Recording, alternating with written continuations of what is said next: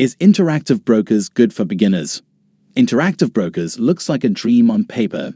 Zero minimum deposit, dirt cheap commissions, access to global markets, fractional shares, and the margin rates. Basically unbeatable. For someone just dipping their toes into investing, that sounds like a win.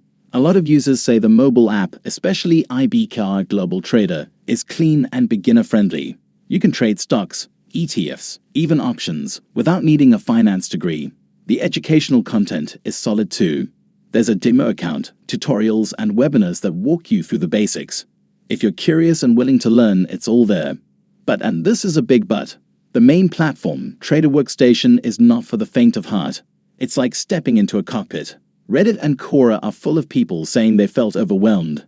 The interface is packed with data, charts, and settings that can confuse even intermediate traders. Some folks mention that customer support is hit or miss.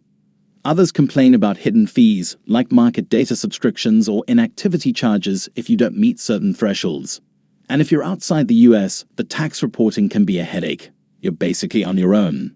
So is Interactive Brokers good for beginners?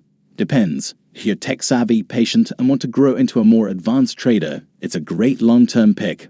But if you just want to buy a few ETFs and chill, you might find it too much. It's not plug and play. You'll need to poke around, ask questions, and maybe mess up a few trades before it clicks. But once it does, you've got a powerful tool in your hands.